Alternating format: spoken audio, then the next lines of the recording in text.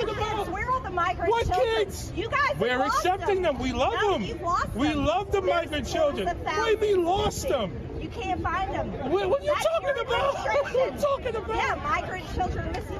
No, we don't know the news. I don't know. That's Fox News. That's Fox News. Listen, I need you to save the party.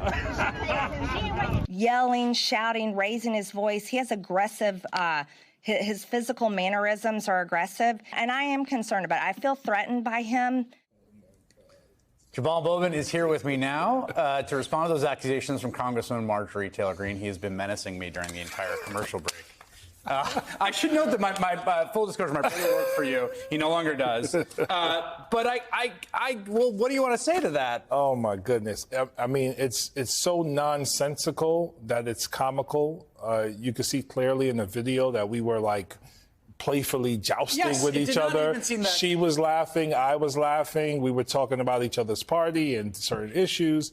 So the demeanor and the disposition, on the steps, it was playful. We were going after each other. Yeah. So for her the next morning to say what she said, I mean, it's a complete 180, number one. It's no longer comical now because now you are using historical racist tropes toward black men, menacing his mannerisms. I'm afraid that's the stuff that got, Trayvon Martin killed, Tamir Rice killed, Michael Brown killed. I mean, I believe Officer Darren Smith literally talked about his presence and his strength as an excuse for killing him. And this has happened to black men historically.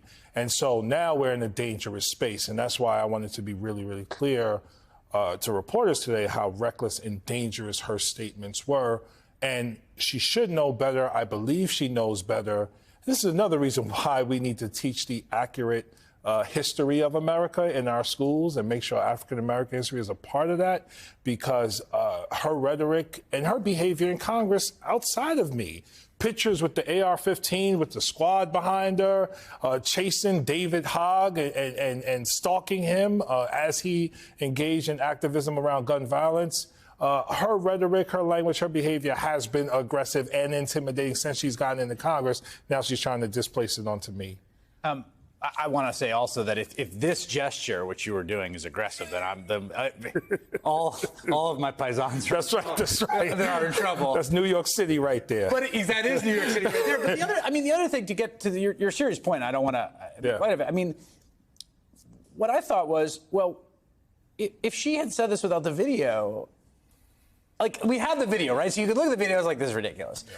But when someone's just like, this black man is intimidating and physically aggressive, I mean, yeah, that's a serious thing to say in the society in which we live and have lived for a long time. Yeah. And can have real consequences. Again, throughout American history, and not just about black men, but women of color as well. And, when I first got to Congress and I had my first conversation with the squad, remember, they were coming off of Donald Trump. They would talk about the number of death threats they would receive after Trump would say something about them. Send them back or something like that. Rise in death threats. Have to increase security. So this is dangerous territory we're walking in here. We got to be very clear about that. And we need her to say on the record, one, she should apologize to me on the record. Two, ask her directly, do you want physical violence to be inflicted upon Congressman Bowman? And let her answer that question. Because at the end of her statement, it was, we need to watch him. That's almost like Donald Trump, stand by and stand back to the Proud Boys in that debate a couple of years ago. We need to watch him. What are you saying? It's just, it's crazy. And again, this is why we have to teach history accurately so we can all be more enlightened as we govern. I want to ask you about, we played the tape of you and Thomas Massey, and you had that exchange. Oh, yeah, she said I shoved him, which I didn't shove. Well, clearly you didn't. I mean, obviously, yes, it would be news if Congressman Jamal Bowman shoved Thomas Massey. I saw that in the tape. I thought, wait a second, did we miss that? No. What's the deal with these interactions?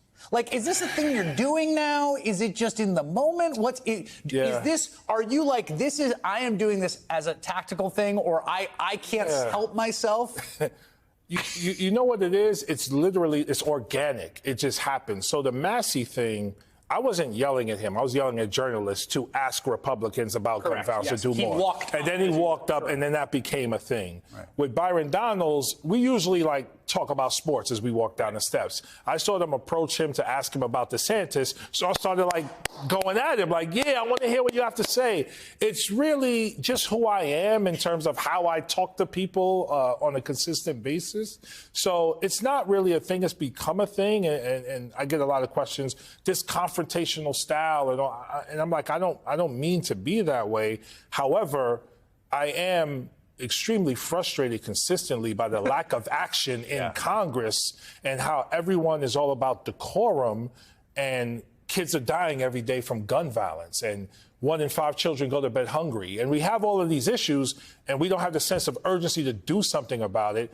And people in our districts want us to do something about it. So it's authentically me, but at the same time, it's like, okay, this place is obtuse. It takes way too long to do anything. And I'm not a lifelong politician or lawyer or business person. I'm not rich. I'm an educator. So I'm coming in with that energy, and hopefully we can get stuff done. Let me ask you a follow-up about that gun violence question, because this is something that I'm obsessed with this point. If you talk about violent crime, right, then the right will talk about violent crime all the time. Yeah. And they want to run ads, and Democrats like you and libs are soft on violent crime.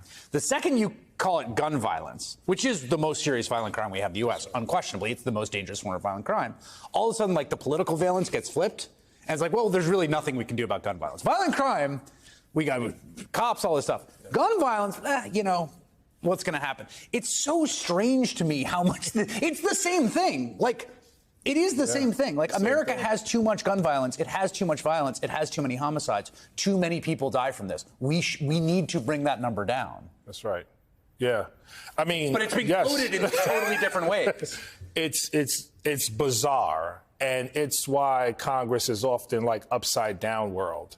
And Republicans will say these things. Many of supporters support what they say. Many of their supporters support what they say. And what I want for our party to do is push back and take back the narrative and be very clear on what we're talking about.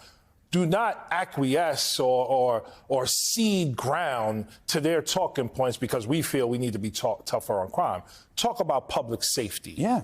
Talk about public health. I mean, you were the talk principal about of poverty. School. You were principal of school. I saw kids coming to school every day hungry, stressed, frustrated, living in public housing that we stopped investing in.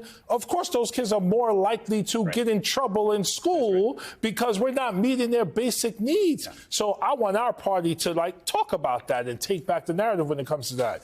And they have no moral ground to stand on that issue at all. And that's why we got to use it to win big in 2024, not just in the House, but the Senate, man, for sure. Yeah, and there's a bunch of New York reps that are going to be on the front lines of that. And maybe, who knows, maybe there'll be a George Santos vacancy as well. We'll see where that ends up. Congressman Jamal Bowman, great to have you here. Thank you. Good to see you. Still